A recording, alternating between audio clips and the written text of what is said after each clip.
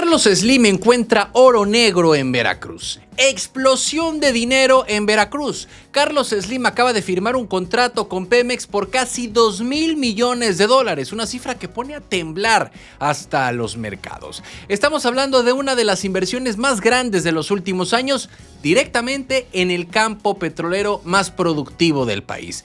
Lo interesante es que este movimiento no solamente fortalece a Carlos Slim y a Pemex, sino que convierte a Veracruz en el epicentro de la jugada energética nacional. Mientras en otros estados se discute austeridad, aquí caen los millones para perforar pozos y reactivar la industria. Este acuerdo alcanzó la impresionante suma de $1,991 millones y contempla la perforación y terminación de hasta 32 pozos. Todo se hará en el campo Ixachi, ubicado en Tierra Blanca, Veracruz, con un plan trazado para 3 años. El contrato se selló a través de 2 subsidiarias del grupo Carso. Son compañías con un historial probado en proyectos de perforación y construcción de plataformas. Ya Carlos Slim pues no llega a improvisar, sino con un equipo de experiencia internacional. La vigencia será de 3 años, pero los pagos a Slim no comienzan de inmediato. Pemex arrancará hasta enero del 2027 con un esquema de 21 mensualidades por cada pozo entregado. Es decir, primero se perfora y se produce y después se paga. Se estima que para esa fecha al menos 12 pozos ya estarán en producción, lo que significa que el dinero empezará a circular con fuerza justo cuando se materialicen los resultados.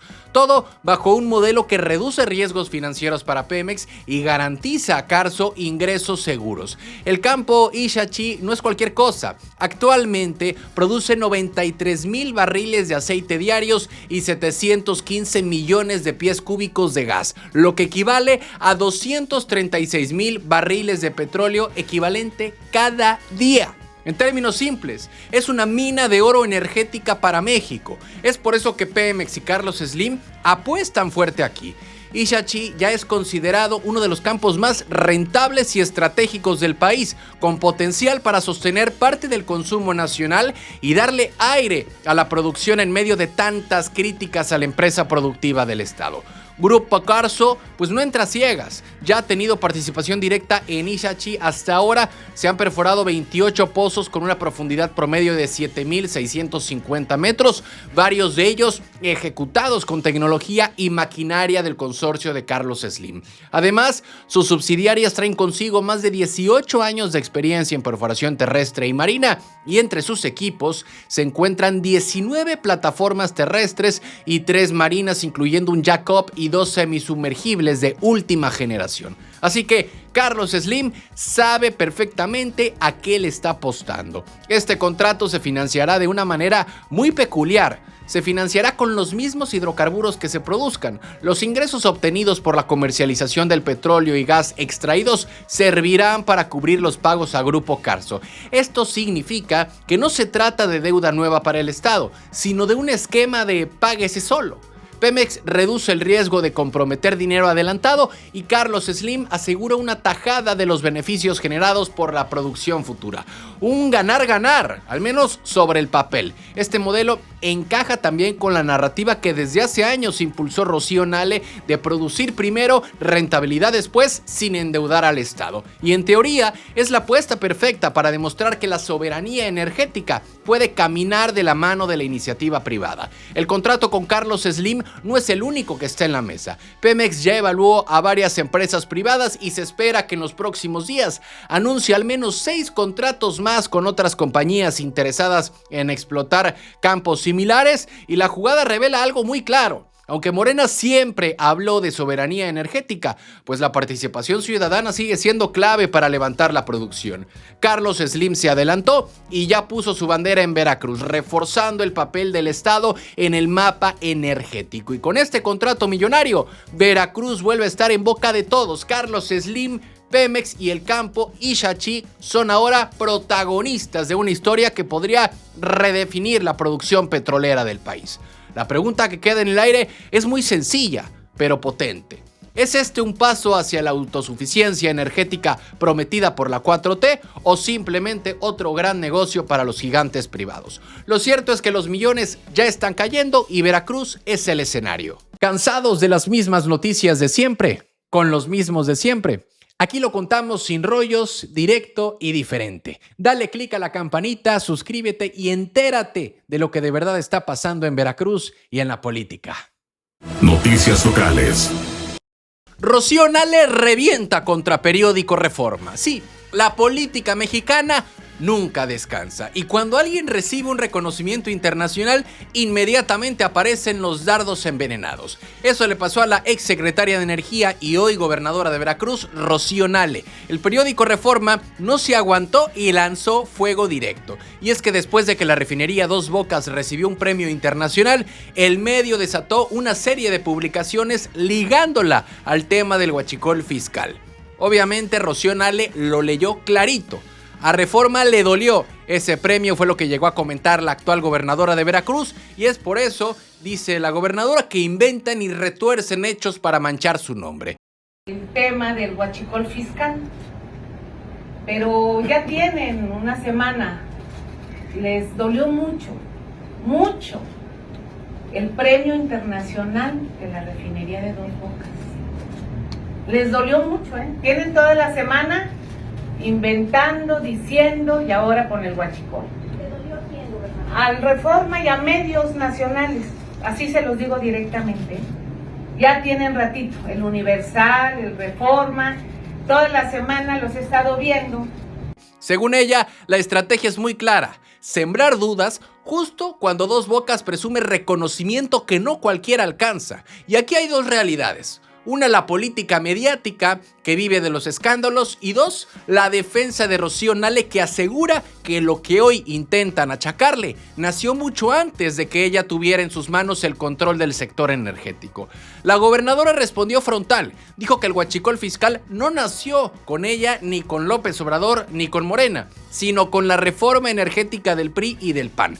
Así, contundente. Recordó que entre el 2014 y el 2018 se entregaron más de 1,300 permisos de importación de gasolina sin coordinación con el SAT.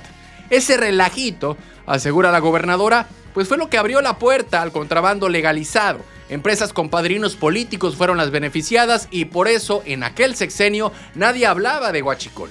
El término apareció después, cuando el desastre ya estaba hecho. Rocío Nale también presumió que ya en su gestión como secretaria de Energía se revisaron esos permisos y se cancelaron más de 1,000 que ni siquiera habían sido usados en un año. Dice que con López Obrador sí hubo combate real al huachicol y ese combate incluyó cerrar tomas clandestinas, poner candado a concesiones dudosas y coordinarse con el SAT y Pemex para frenar fugas multimillonarias que drenaban al país. Pero Rocío Nale no se defendió sola. Como les decía, la propia presidenta de México, Claudia Sheinbaum, salió a respaldarla y al contrario, destacó su papel para reducir los permisos de importación y poner orden en un mercado lleno de intereses privados. Ella no es investigada, ella hizo algo muy importante siendo secretaria de Energía.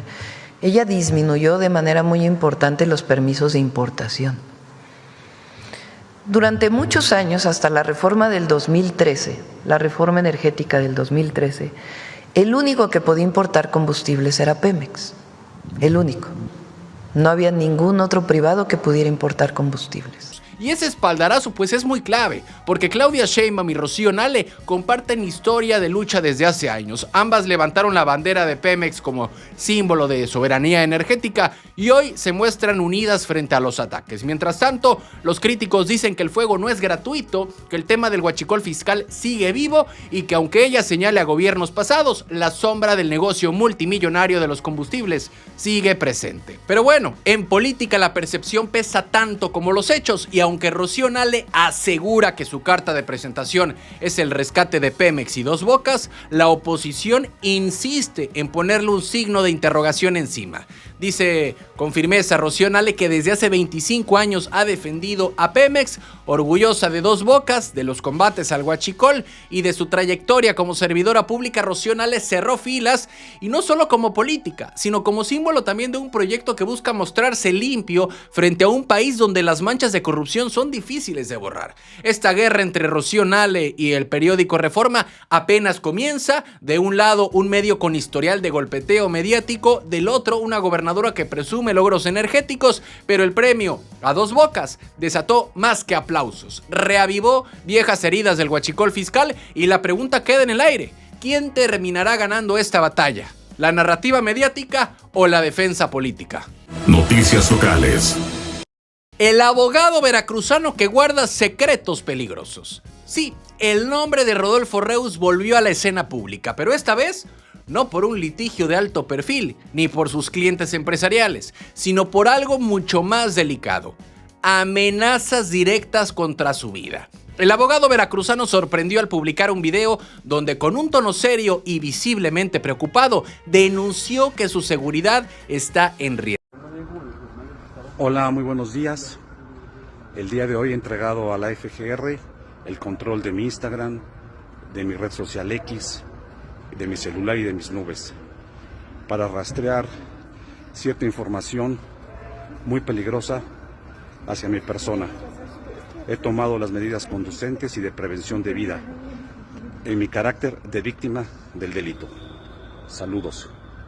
Y no se quedó en palabras, tomó una decisión extrema: entregar a la fiscalía nada menos que su celular, sus redes sociales y hasta sus nubes digitales. En el mensaje, el abogado explicó que toda esa información contiene datos muy peligrosos que podrían estar conectados con las amenazas que ha recibido. Por eso, no confía en guardárselo para sí mismo. Puso todos en manos de la Fiscalía General de la República, y el abogado dijo que no es paranoia ni tampoco exageración, sino un acto de supervivencia. Asegura que lo que hay en esos dispositivos y cuentas puede destapar asuntos delicados, y que por lo mismo su vida corre peligro si no se protege de inmediato. La denuncia no aparece de la nada, llega justo después de que algunos medios lo señalaran de supuestamente haber defendido a personajes relacionados con el huachicol fiscal. El escándalo que ha sacudido a varios estados y que ya dejó detenidos en un megaoperativo encabezado por Omar García Harfuch y la propia Fiscalía General de la República. Y ahí Reus fue tajante, lo negó todo. Dijo que jamás ha representado, asesorado, ni siquiera conocido a los implicados en este caso. El abogado quiso dejar en claro en qué sí se mueve. Su perfil profesional ha estado enfocado en representar a empresarios, víctimas de delitos y casos de alto impacto económico y social. Nada que ver con defender a supuestos criminales del robo de combustibles. Incluso recordó que su nombre está asociado a despachos y asesorías en México, España y Estados Unidos, y que su prestigio lo respalda en el mundo empresarial. Por eso asegura que lo quieren manchar con acusaciones absurdas que no tienen sustento. Pero Reus no se quedó en la defensa personal. Acusó que detrás de todo hay un intento de desprestigiarlo públicamente. Según él, aprovecharon lo mediático del huachicol fiscal para arrastrar su nombre al lodo y hacer ruido en los medios. Señaló que es una práctica vieja. Cuando un tema se vuelve explosivo en la agenda nacional, pues siempre hay quienes lo usan como excusa para golpear a figuras públicas o profesionales incómodos, sin importar si están o no relacionados con el caso. Lo cierto es que hasta el momento no existe ninguna notificación oficial, ni requerimiento, ni denuncia formal en su contra. Todo quedó en rumores y señalamientos mediáticos, y el propio abogado lo comentó. Dice que ni es abogado defensor ni asesor jurídico de ninguna persona involucrada en esas carpetas de investigación. Y ante ese panorama, Reus decidió dar un paso más: solicitar protección oficial de la Fiscalía General de la República. No lo hace solo por él, dice, sino también por la tranquilidad de su familia y de los empresarios a los que asesora en distintos países. Pero el hecho de entregar sus dispositivos, sus redes sociales y sus archivos digitales lo convierte en un caso inusual. Muestra que lo que está en juego no es un pleito mediático cualquiera, sino información que podría escalar y sacudir estructuras mucho más grandes. Rodolfo Reus no solo denunció amenazas, también dejó flotando la idea de que en sus manos hay información que podría mover piezas de alto nivel.